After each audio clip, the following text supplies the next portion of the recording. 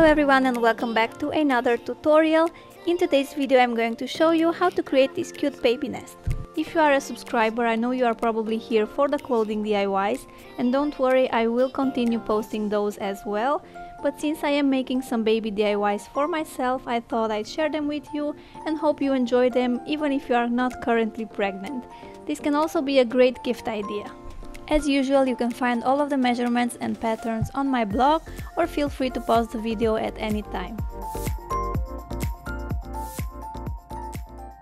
To create your baby nest, you will need some cotton fabric. 2 or 3 different colors or patterns should be enough. You will also need some pillow stuffing to fill up the sides of your baby nest, some wadding to create the mattress. You'll also need some fabric scissors, pins, 3 meters of cotton cord and 3 meters of bias binding, a cord stopper, a sewing machine or a needle and thread, and you will also need some Velcro if you want to be able to remove and wash the mattress. Now that we have everything laid out, I will show you the pattern for the baby nest. You can also find the measurements and all of this information on my blog. I will link it down below and here on the screen. So the baby nest will be 1 meter long and 70 centimeters wide. Make sure you add some seam allowance. In my case, this will be 1.5 centimeters. Also, don't forget to round up this side, so when your baby nest will be closed, you won't end up with the corner sticking out. Now you can go ahead and cut 2 pieces of fabric, one for the inside and one for the outside of your baby nest.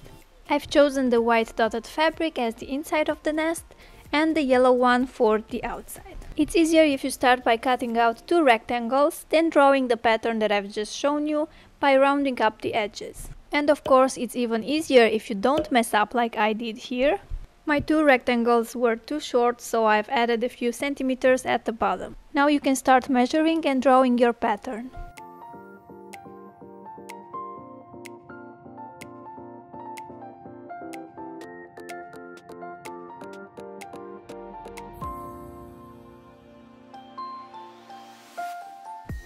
To make sure you end up with 2 identical pieces, you can fold both fabrics in half before cutting them.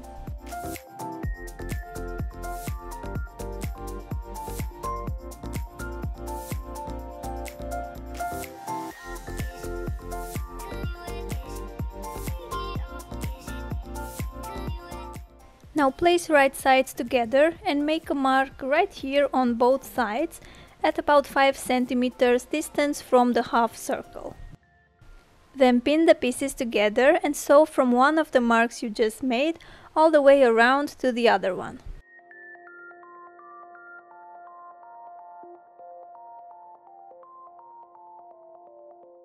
After you are finished sewing, make sure you clip the excess fabric around the rounded edges of the pattern, so the fabric lays flat and maintains its curved shape once you turn it right side out.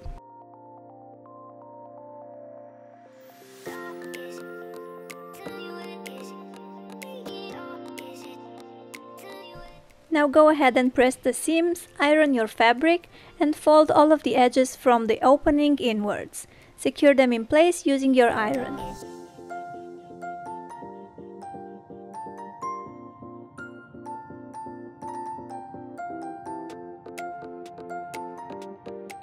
And then it's time to add the bias binding. Don't forget to hem the end before starting.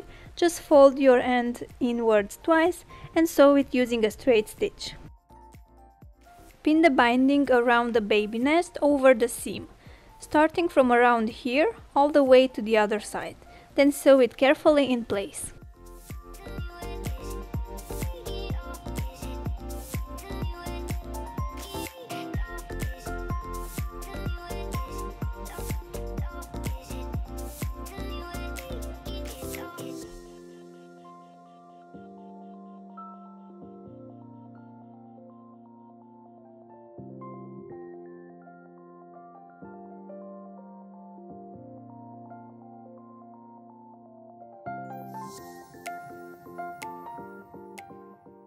Take 2 pieces of Velcro and pin them at the bottom of your baby nest over the folded edge. Make sure your Velcro pieces are long enough for your mattress to fit through this opening. Then sew them carefully in place.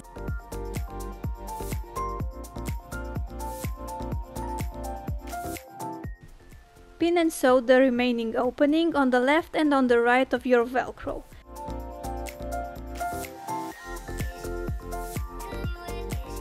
And this is how your baby nest should look like by now. You should have this opening with the Velcro and the two openings on the sides.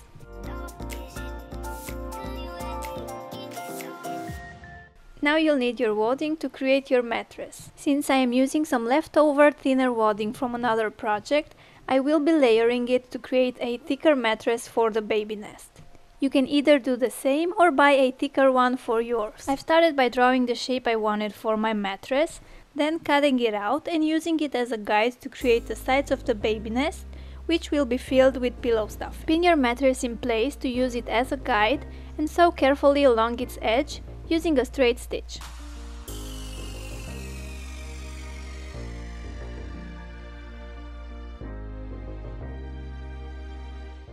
I've then sewed my wadding layers together to create a thicker piece.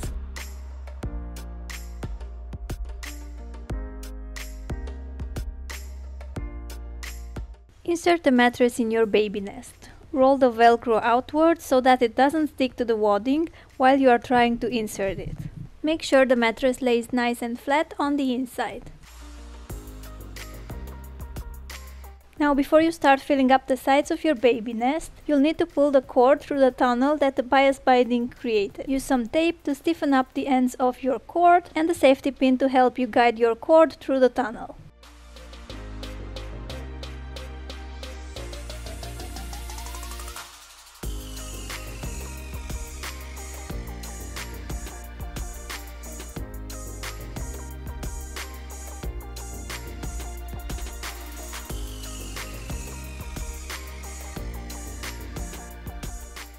Add the cord stopper and knot the ends of your cord.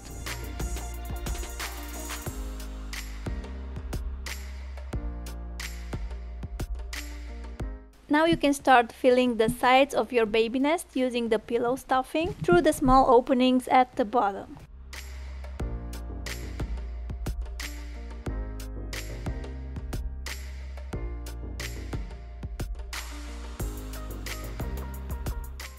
Use some pins to close both openings, and you can sew them using your sewing machine with a straight stitch, or you can also sew them by hand.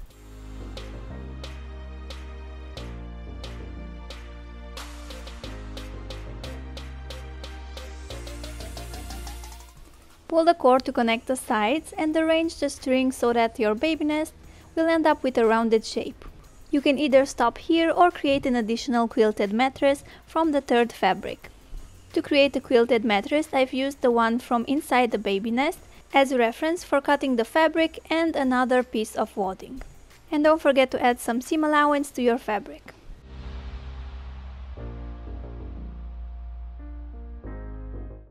After you've cut out the shape of the mattress, sew your fabric all the way around, leaving an opening at the bottom.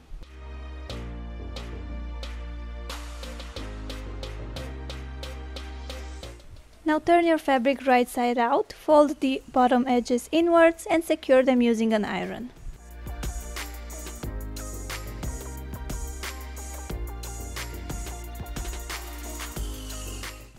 Then insert the mattress and close the opening using a straight stitch. Now we can move on to quilting the mattress. If you are a beginner at quilting, a great tip is to use some painter's tape as a guide for your lines. Then go ahead and make some straight stitches along those lines.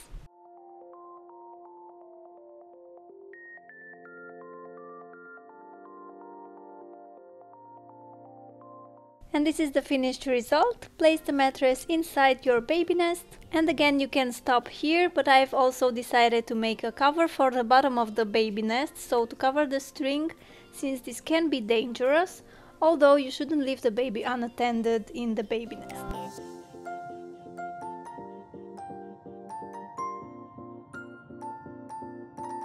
To create the cover, I've used a piece of the same yellow fabric. I've cut out a rectangle which I've folded in half, sewn it all the way around, leaving an opening at the bottom. And I've also decided to insert a piece of leftover wadding just to make it softer. Then I folded the edges of the opening inwards, pinned them and sewn them with a straight stitch. And the last step is to add some Velcro to both ends. I recommend trying the cover on your baby nest before adding the Velcro, just to make sure it fits snug.